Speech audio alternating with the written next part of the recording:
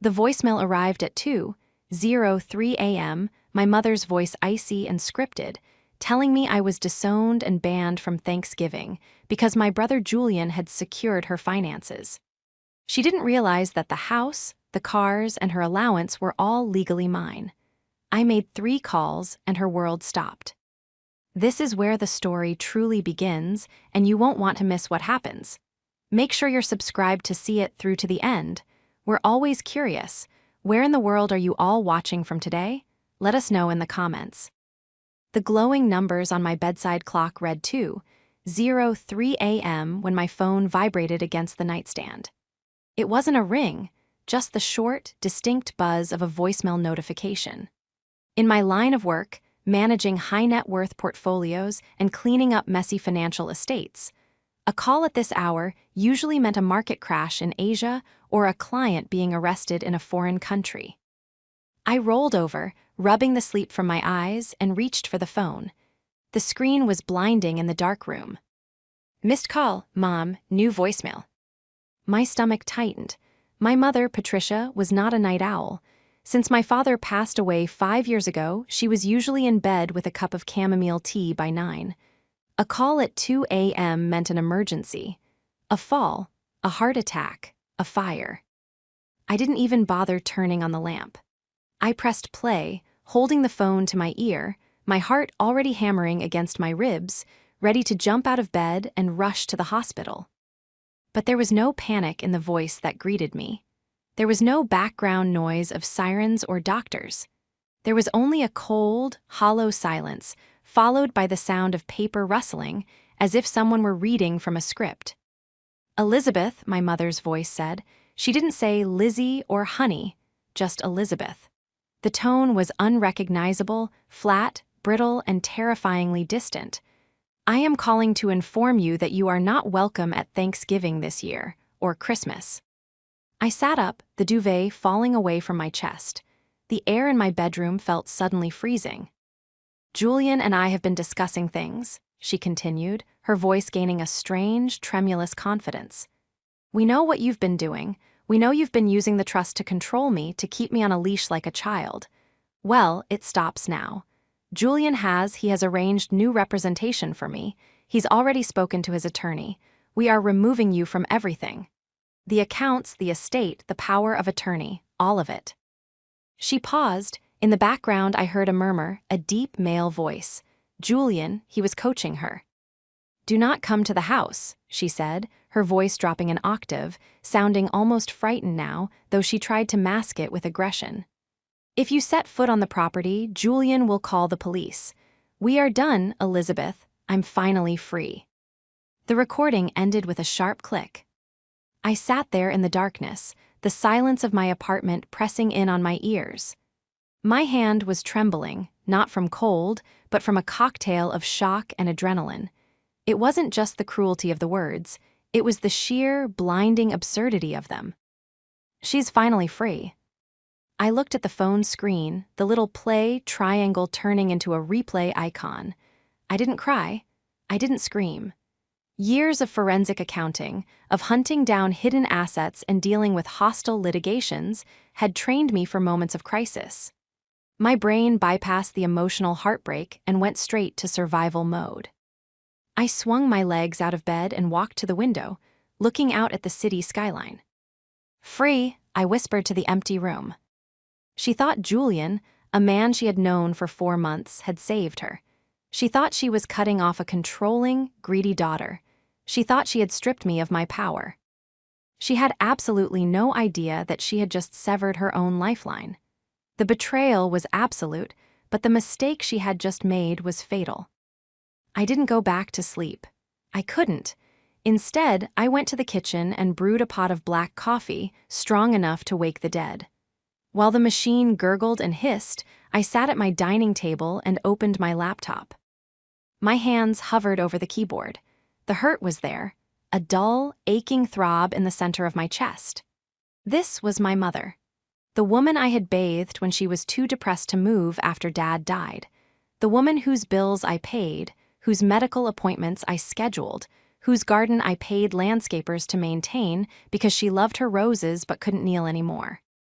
To hear her treat me like a criminal, like a parasite, was a physical blow. But as the caffeine hit my system, the hurt began to calcify into something colder. Julian. I typed his name into my notes app. Julian. No last name needed for now. I knew exactly who he was. The real estate entrepreneur with the leased BMW and the suit that fit just a little too poorly. The man who had swept into my mother's grief-stricken life at a charity gala. In July, and had effectively moved in by August. I took a sip of the scalding coffee and replayed the voicemail in my head. Julian has arranged new representation. We are removing you from everything. I let out a dry, humorless laugh. They had made a classic amateur mistake. They assumed that because I managed the money belonged to her. They assumed that because she lived in the house, the deed was in her name. My father had been a brilliant man, but he was paranoid. He knew Patricia had a good heart but zero financial literacy. He knew that if he died first, she would be a target for every con artist and sob-story grifter in the state. So, he had locked it all down. He hadn't just left me in charge, he had structured the entire estate into an irrevocable trust. Technically, Patricia owned nothing. Not the house she was sleeping in, not the car she drove, not even the credit card she used to buy Julian his expensive scotch. It was all owned by the Harrison Family Trust, and the sole trustee, with absolute discretion, was me. I picked up my phone, 4:15 a.m. It was early, but Megan would be up. Megan was my best friend since law school, a corporate shark who ate breach of contract cases for breakfast. She was also the only person who knew the full extent of the legal fortress I had built around my mother. I dialed her number. She picked up on the second ring, her voice raspy but alert. "Elizabeth, is everyone okay?" "No," I said, my voice steady. "Patricia just left me a voicemail. She's kicking me out. She says Julian got her a lawyer and they're taking everything." There was a pause on the line, followed by the sound of Megan shifting in bed. She realizes the trust is irrevocable, right? We wrote it that way specifically for this scenario. The pool boy scenario, I believe we called it. It's not a pool boy, it's Julian. And no, apparently they don't realize it. They threaten to call the police if I show up for Thanksgiving. Wow, Megan exhaled. Okay, so what's the play? Do we send a cease and desist? Do we send them a copy of the deed? I looked at the sunrise just beginning to bleed purple and orange over the horizon. I thought about the way my mother's voice had sounded, scripted, manipulated, weaponized against the only person who actually protected her. If I just sent a letter, Julian would spin it. He would tell her I was lying, that I was bullying her. He would drag this out for months while draining her personal checking account. No, I needed to stop the bleeding immediately. I needed to show them the reality of their position. "No letters," I said, opening the banking portal on my laptop. "We're going nuclear. I need you to prep the eviction notice for the property. Don't file it yet, just draft it. I want it ready." "Done," Megan said, the click-clack of her own keyboard already audible in the background. "And the other 2 calls. I'm calling the private banking division at 7 a.m. when the desk opens," I said, watching the cursor blink on the screen. "And before that, I'm calling the security company." "Elizabeth," Megan warned gently, "if you do this, she's going to freak out. It's going to be ugly."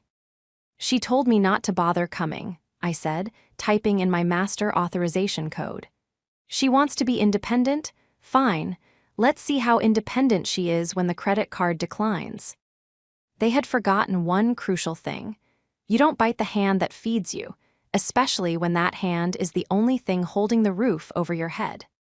To understand why this voicemail shattered me, you have to understand the last 5 years. When my father died of a sudden aneurysm, my mother didn't just grieve, she vanished. She stopped eating. She stopped showering. She stopped paying bills. I was 31, just making partner at my firm, working 80-hour weeks. I dropped everything. I moved back into the guest room for 6 months. I sorted through piles of unopened mail. I fought with insurance companies. I sat on the floor with her while she cried, spoon-feeding her soup like she was a toddler. I didn't do it because I wanted control. I did it because I loved her.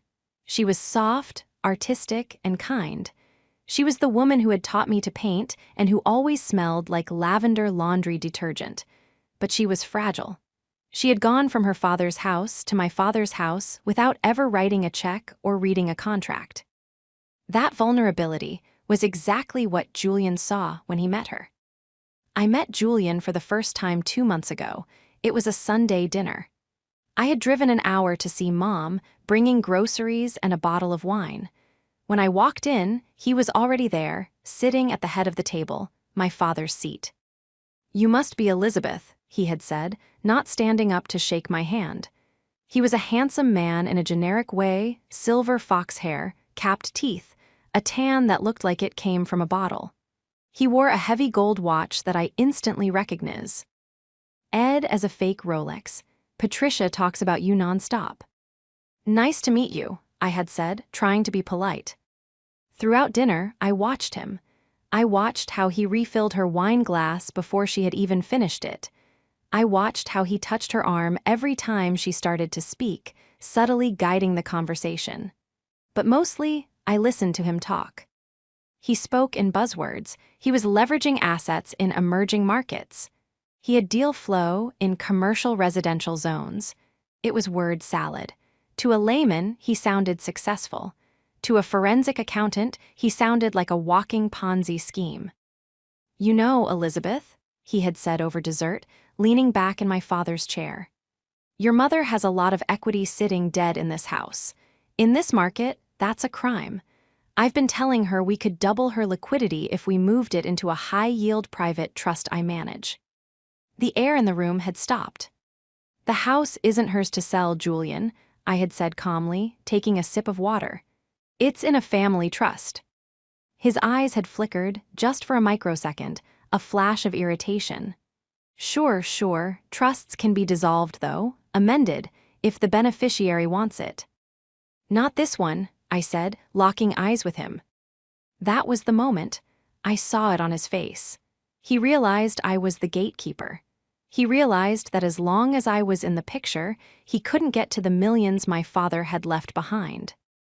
From that day on, the campaign against me began. I didn't see it at first.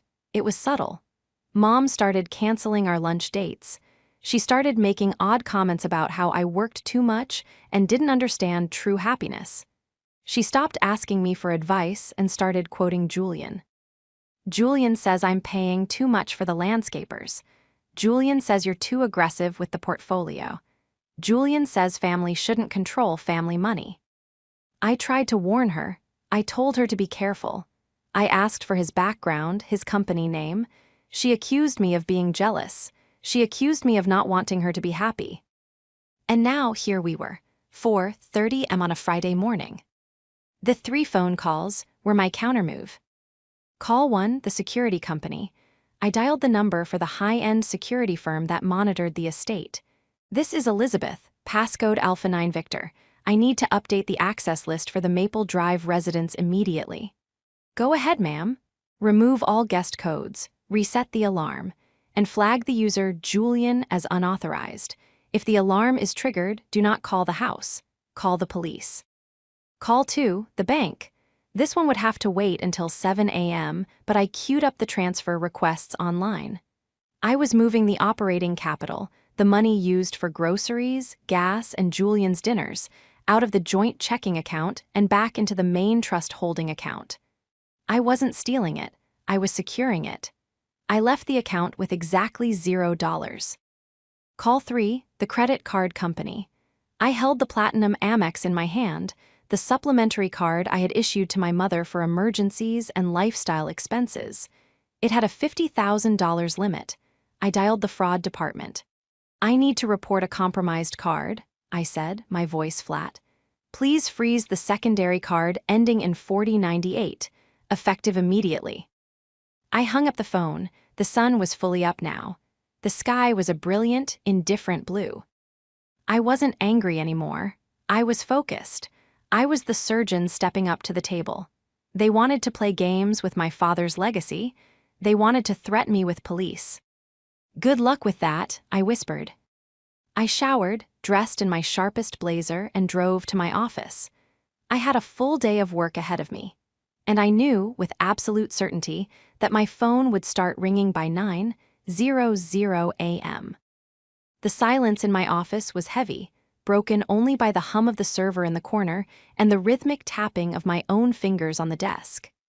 My assistant, Sarah, had brought me a second cup of coffee and a bagel I hadn't touched. She knew something was wrong. I never stared out the window at 9:00 a.m. on a workday, but she was smart enough not to ask. I was watching the clock on my computer screen. 9:12 a.m. My mother's routine was clockwork. She would wake up at 8, have her tea, and then drive to the upscale market on 4th Street to buy fresh pastries and whatever artisanal ingredients Julian had requested for lunch. She would fill her basket, walk to the register, and hand over the Platinum Amex. 9:14 a.m. My cell phone, sitting face up on the mahogany desk, lit up. Mom. I stared at it for a full 5 seconds, letting the vibration rattle against the wood. I needed to be calm. I needed to be the trustee, not the daughter. I picked it up and swiped green. Hello. Elizabeth. Her voice wasn't the icy, scripted robot from the voicemail at 2 a.m. It was high-pitched, breathless, and laced with panic. Elizabeth, there is something wrong with the bank. I'm at the market, and the card the machine says R. Effort to issuer. I tried it 3 times. There is a line of people behind me, Elizabeth. It's humiliating. I leaned back in my chair, swiveling slightly to look at the city below. I'm sorry, who is this? Stop it, she snapped. You know it's me. Fix the card. I don't know what computer glitch you caused, but fix it right now. There is no glitch, I said, my voice terrifyingly even to my own ears. You left me a voicemail last night, remember? You said you and Julian were independent. You said you were removing me from everything. I simply respected your wishes. What are you talking about? She demanded, though I could hear the waver in her voice. I said we were getting a new lawyer. I didn't say cut off my grocery money. That's not your money, Patricia, I said, using her first name. It felt like a slap, and I heard her gasp on the other end. That is the trust's money. The trust established to support the family. Since I am no longer family, per your voicemail, I have a fiduciary duty to freeze those assets until the legal situation is resolved. I can't have unauthorized third parties accessing trust funds. Unauthorized, I am your mother. You're a hostile party threatening litigation, I corrected. And Julian is a security risk. By the way, the checking account is also empty. I've moved the operating capital to a secure holding account. If you want to buy those pastries, I suggest you ask Julian to use his successful real estate earnings. There was a silence on the line, a long, heavy silence. Then I heard a muffled voice in the background, Julian asking what was wrong. You left me with nothing, she whispered. I left you with exactly what you asked for, I said. Independence. Good luck, Mom. I hung up. My hand was shaking as I set the phone down. It felt cruel. It was cruel. But dealing with a narcissist, or someone under the spell of one, required absolute boundaries. If I gave an inch, Julian would take a mile. I didn't have time to mourn the relationship. I had work to do. I opened my secure browser. It was time to find out exactly who Julian was. I started with the basics. I pulled the background report I should have run 2 months ago. Julian Vance, 55 years old. Address listed at a P.O. box in a strip mall in Henderson, Nevada. Okay, Mr. Vance, I muttered, typing furiously. Let's see where your money comes from. I ran his name through the state licensing board for real estate agents. No record found. I ran it through the National Broker Database. No record found. I checked the Secretary of State's business entity search for the company he claimed to own, Vance Global Holdings. Status dissolved, involuntary dissolution by the state, failure to pay taxes. Got you, I whispered. But that was just sloppy administrative work. I needed dirt. I needed the kind of leverage that would send him running before he could drain my mother's emotional reserves any further. I switched to the Federal Court Records Database, PACER. I searched for Julian Vance in bankruptcy filings. Nothing. That was odd. Men like him usually had a trail of Chapter 7s behind them. Unless. I paused, looking at a photo of him I had saved from my mother's Facebook page. He was wearing that tacky gold watch. I zoomed in. It wasn't just tacky, it was specific. A limited edition knockoff sold online under a specific brand. It was a small, petty detail, but it made me think. I went back to the Vance Global Holdings filing. I looked at the original incorporation documents. There, buried in the PDF, was a cosigner, Monica Vance. I searched for Monica, and there it was, a divorce filing from 3 years ago in Arizona, Vance v. Vance. I pulled the divorce decree. It was a goldmine. The court transcripts detailed a pattern of financial dissipation. Monica had alleged that Julian, whose legal name was actually Julian Vancetti, had drained their retirement accounts to fund non-existent investment opportunities. Julian Vancetti. I typed the real name into the criminal database. The screen populated with a list that made my blood run cold. Fraud by deception, dismissed. Theft by conversion, settled. Passing bad checks, convicted probation. He wasn't a mastermind. He was a grinder. A low-level grifter who moved from woman to woman, bleeding them dry before moving to the next state. And now, he was sleeping in my father's house, driving my father's car, and convincing my mother that I was the villain. I hit print, the laser printer whirred to life, spitting out page after page of his history. I had the leverage, now I just needed the trap. My phone rang again at 11:30 a.m. This time, the caller ID didn't say Mom. It was a blocked number. I knew who it was. I put the call on speaker, leaning back in my leather chair, the stack of court documents sitting like a loaded weapon on my desk. "This is Elizabeth." "You listen to me, you little bitch." The voice was deep, smooth, and vibrating with rage. The mask had slipped. The charming entrepreneur who sipped scotch and talked about synergy was gone. This was the street hustler from the court records. "Hello, Julian," I said, keeping my voice dangerously pleasant. "Or should I call you Mr. Vancetti?" There was a sharp intake of breath on the other end. The silence that followed lasted 3 seconds, but it told me everything. I had hit the nerve. "I don't know what you think you're doing," he snarled, recovering quickly. "But Patricia is in tears. You've humiliated her. We're at the bank right now, and they're telling us the accounts are frozen. You have no legal right to do this." "I have every legal right," I countered. "Read the trust bylaws, Julian." "Oh, wait, you can't. You're not a beneficiary, you're a guest who is currently trespassing." "Trespassing?" He laughed, a harsh, barking sound. "I live there. Patricia invited me, and let me tell you something, Elizabeth, we've already called my attorney. We're filing an emergency injunction this afternoon. We're going to sue you for breach of fiduciary duty. We're going to strip you of that license you're so proud of." "Is that the same attorney who represented you in your bad check charge in 2018? I asked casually, flipping a page of the report in front of me. "Or is it the one from your divorce in Arizona, where you were accused of hiding $40,000 in a shell company?" "You're lying," he spat, but his voice cracked. "You're making things up."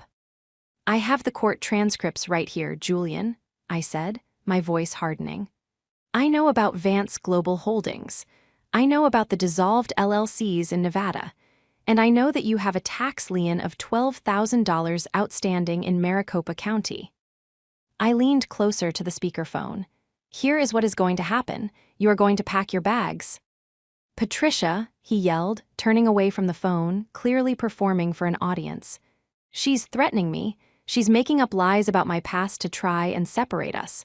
She's psychotic." I heard my mother's voice in the background, sobbing. "Elizabeth, please, stop this. Why are you doing this?" "I'm doing this because he's a conman, Mom," I shouted, breaking my own rule of staying calm. He's not a developer, he's broke, he's using you.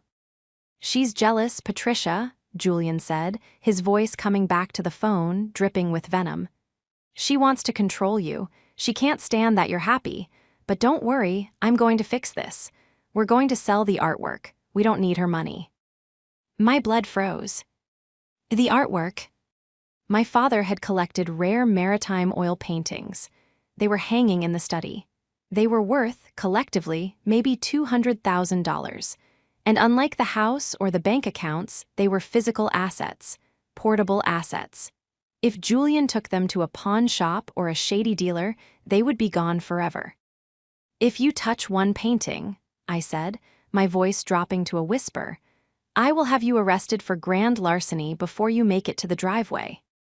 Try me, Julian hissed. It's Patricia's house, it's her property. She can gift it to me if she wants. And guess what? She just did. The line went dead. I stared at the phone, my heart hammering against my ribs. I had pushed him. I had revealed my hand too early. Instead of scaring him off, I had backed a rat into a corner. And now, he was going to loot the ship before it sank. I grabbed my purse. I couldn't wait for Monday. I didn't drive to the house. That's what he wanted.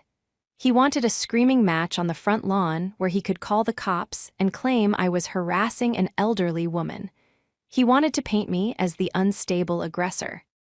Instead, I drove to Megan's office. Megan was already waiting for me in the conference room, a thick file folder spread out on the glass table. She looked at my face and grimaced. He's escalating, I said, throwing my purse on the chair. He threatened to sell the maritime collection. He claims Mom gifted it to him. Megan tapped her pen on the table. Legally, that's a gray area. If she verbally gifted it to him and he sells it, proving theft is hard. We'd have to prove undue influence or incapacity. That takes months. We need something faster. I have his record, I said, tossing the stack of papers I'd printed onto the table. Fraud, bad checks, but nothing that puts him in jail today. Megan flipped through the papers, her eyes narrowed. Wait, Arizona, 2021, the divorce decree. I saw it, financial dissipation. No, look closer, Megan said, pointing to a paragraph on page 12. The ex-wife, Monica, she mentions a joint venture they secured with a private lender using a forged signature. The judge struck it from the record because it was outside the scope of family court, but she claimed he forged her name on a loan application. I looked at Megan. If he did it once, he'll do it again, she finished. Elizabeth, did your mother sign anything recently? Any investment papers he brought her? I thought back to the voicemail. Julian has secured my finances. He's trying to get a loan, I realized, the horror dawning on me. He can't sell the house because of the trust, but he could try to take out a high-interest personal loan in her name. Or, oh God, the vacation cabin. My father had a small fishing cabin 3 hours north. It wasn't in the main trust. It was in a separate LLC that my mother managed directly. It was the one asset I hadn't moved because it was worth so little, maybe $80,000. But to a desperate man, that was a fortune. Check the county recorder for the Northern District, I commanded. Megan was already typing. A moment later, she swore softly. Pending recording, she read. Quitclaim deed, Patricia Harrison 2, Vance Global Holdings, dated yesterday. He was stealing the cabin. He had convinced her to sign it over to his shell company. That's it, I said, standing up. That's the smoking gun. It's self-dealing. He's taking advantage of a vulnerable adult.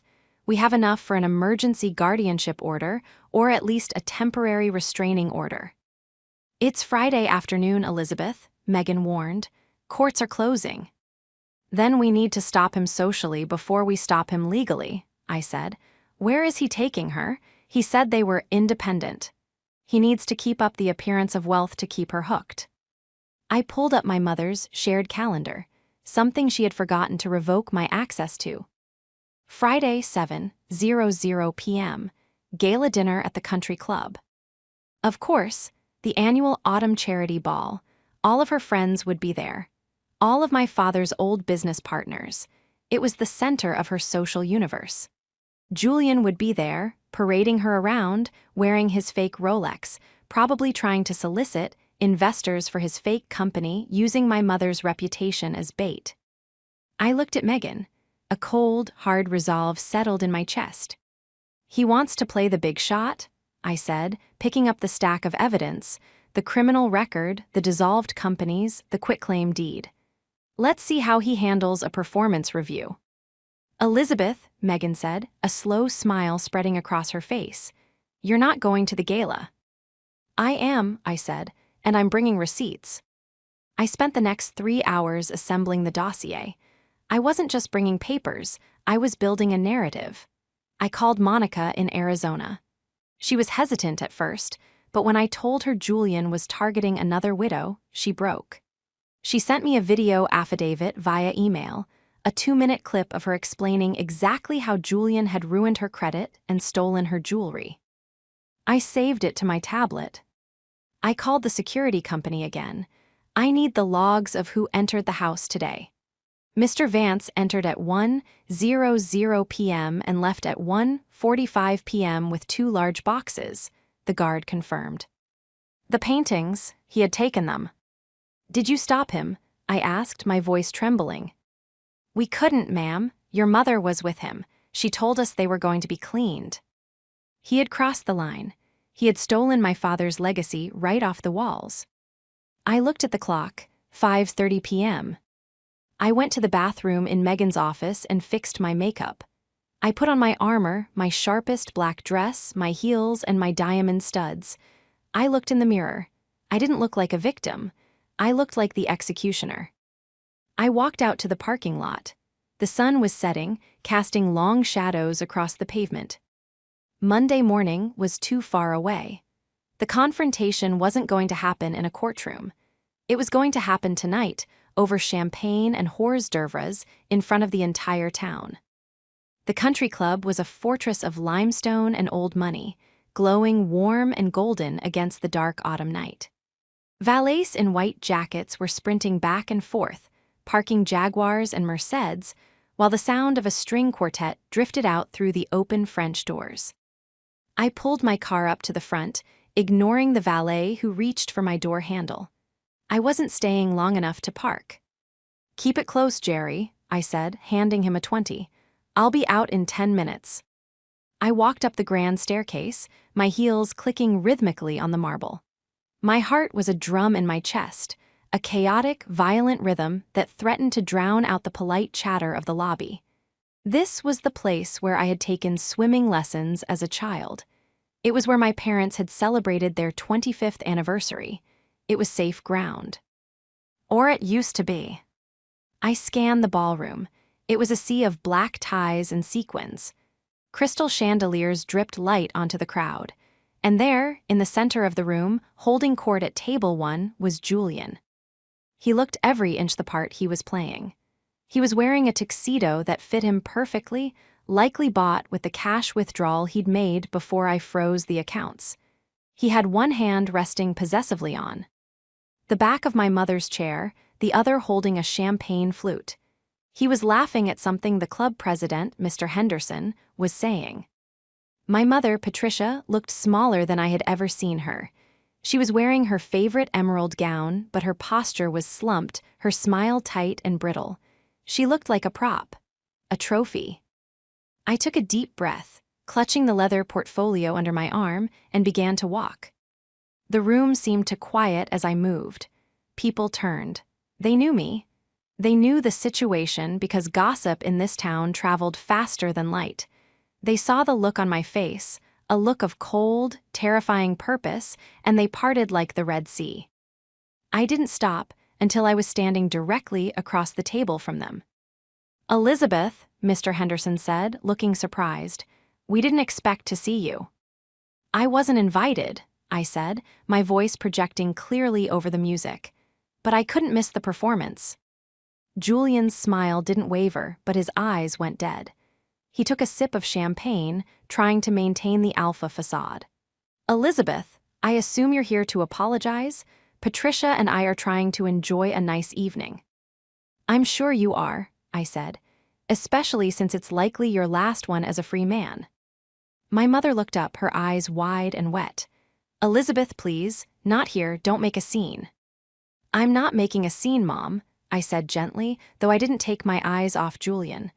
I'm making a report. I opened the portfolio and pulled out the first document, the quitclaim deed. Tell me, Julian, I said, dropping the paper onto the white tablecloth between the crystal glasses. Why is the title to the family cabin in the name of Vance Global Holdings as of yesterday afternoon? A company that, according to the Nevada Secretary of State, was dissolved 3 years ago for tax fraud. The table went silent. Mr. Henderson leaned in, looking at the document. Julian's jaw tightened. That is a private business arrangement. Patricia and I are restructuring her assets for tax efficiency. You wouldn't understand, you're just an accountant. I am a forensic accountant, I corrected, and I understand perfectly. It's called commingling funds. It's called theft by deception. I pulled out the second document, the criminal background report. And this, I said, dropping the thick stack of papers next to the deed, is your curriculum vitae. Passing bad checks in Ohio, 2018. Insurance fraud in Arizona, 2021. And a restraining order filed by a Monica Vansetti 3 years ago. Julian stood up, his chair scraping loudly against the floor. The string quartet stopped playing. The entire ballroom was watching now. That is slander, he shouted, his face turning a mottled shade of red. These are lies. Patricia, look at me. She forged these. She's trying to destroy us because she wants your money. My mother looked back and forth, trembling. She looked at the papers, then at Julian. Julian, you said you were a widower. I am, he lied, desperate now. Monica died, this is a different Julian. Really? I asked, because she looked very alive when I FaceTimed her 2 hours ago. I pulled out my tablet. I had queued up the video. I didn't just show it to the table. I propped it up against the centerpiece and turned the volume to maximum. Monica's face filled the screen, tired but clear. My name is Monica Vansetti. The man you know as Julian Vance is my ex-husband. He stole $40,000 from my retirement fund. He forged my signature on a second mortgage. He is a predator. If he is with a woman named Patricia, tell her to run. Tell her to check her jewelry box. The silence that followed was absolute. My mother let out a sound, a small, strangled gasp. Her hand flew to her throat, to the empty space where her diamond necklace usually sat. She had told me she wasn't wearing it because the clasp was broken. She turned to Julian. The fog in her eyes was gone, replaced by a horror so pure it was painful to watch. Where is it? She whispered. Where is the necklace? You said you took it to the jeweler. Julian looked around the room. He saw the judgment in the eyes of the crowd. He saw Mr. Henderson reaching for his phone to call security. The charm evaporated. The posture collapsed. He looked like exactly what he was, a cornered rat. You ungrateful old hag, he sneered at my mother, his voice dripping with venom. I spent months listening to your boring stories. I tolerated your whining. I earned that money. The gasp from the crowd was audible. And you, he spat, turning to me, pointing a finger. You think you're so smart? You can't touch me. It was a gift. She gave it to me. Actually, I said, stepping closer, my voice dropping to a terrifying calm. We have the security footage of you leaving the house with the maritime paintings at 1:45 p.m. today. Those paintings are property of the Harrison Family Trust. You are not a beneficiary. That make it grand larceny. And since the value exceeds $100,000, it's a Class B felony. I gestured to the main doors. 2 uniformed police officers, whom I had called from the parking lot 10 minutes ago, were walking through the entrance, guided by the club manager. Good luck with that, Julian, I said, repeating the words I had said to the voicemail that morning. Julian looked at the cops, then at the French doors leading to the patio. For a second, I thought he was going to run, but he just slumped. He knew it was over. As the officers approached and cuffed him, reciting his rights in front of the town's elite, I didn't watch him. I watched my mother. She sat frozen in her chair, tears streaming silently down her face, ruining her makeup. She looked at the empty space where Julian had been, then she looked at the papers on the table, and finally she looked at me. She didn't look angry, she looked shattered. I walked around the table, ignoring the whispers and the stares. I knelt beside her chair and took her hand. It was ice cold. "I'm sorry," she whispered, her voice breaking. "Lizzie, I'm so sorry." "I know," I said softly, squeezing her hand. "Let's go home, Mom." The fallout was swift, brutal, and legally fascinating. Julian, or Mr. Vansetti, make bail. With no fixed address, a history of flight, and active charges of grand larceny, the judge remanded him to county jail pending trial. It turned out he hadn't even had time to fence the paintings. They were found in the trunk of his leased BMW, wrapped in blankets, along with my mother's diamond necklace and 3 of her vintage watches. The recovery of the physical items was easy. The recovery of my mother took much longer. The Monday morning I had promised came and went, but instead of Julian calling me, it was me sitting in my mother's sunroom, watching her stare out at the garden. The house was quiet. We had changed the locks. We had scrubbed the guest room where he had stayed, but his ghost, the embarrassment, the violation lingered in the hallways. Patricia was deeply ashamed. For the first week, she barely spoke. She felt stupid. She felt like she had betrayed my father's memory by letting a grifter sleep in his bed and drive his car. I took 2 weeks off work. I didn't hire a nurse or a therapist. I just stayed. I made the coffee. I answered the phone calls from well-meaning neighbors so she wouldn't have to. I sat with her while she cried, listening as she unpacked the loneliness that had made her vulnerable in the first place. "He made me feel seen," she confessed one afternoon, holding a mug of tea with both hands. "After your father died and you got so busy with work, I just felt like a piece of furniture in this big house. Julian asked me questions. He looked at me." "I know, Mom," I said, feeling a pang of my own guilt. "That's how they work. They find the empty spaces and they fill them with lies." "I said horrible things to you," she said, looking at me with watery eyes. "That voicemail, I don't even know who that was." "That wasn't you," I said firmly. "That was him speaking through you. It's over. The trust is secure. The cabin is back in your name. I filed the correction this morning. And the money is safe." She reached out and touched my face. "You saved me. I tried to cut you off and you saved me anyway." "That's what the trust is for," I joked weakly, trying to lighten the mood. "Protection from enemies, foreign and domestic." She laughed, a wet, shaky sound, but it was real. Thanksgiving arrived 3 weeks later. It wasn't the big party she had originally planned. We didn't invite the extended family. We didn't go to the club. It was just the 2 of us in the dining room. I had cooked.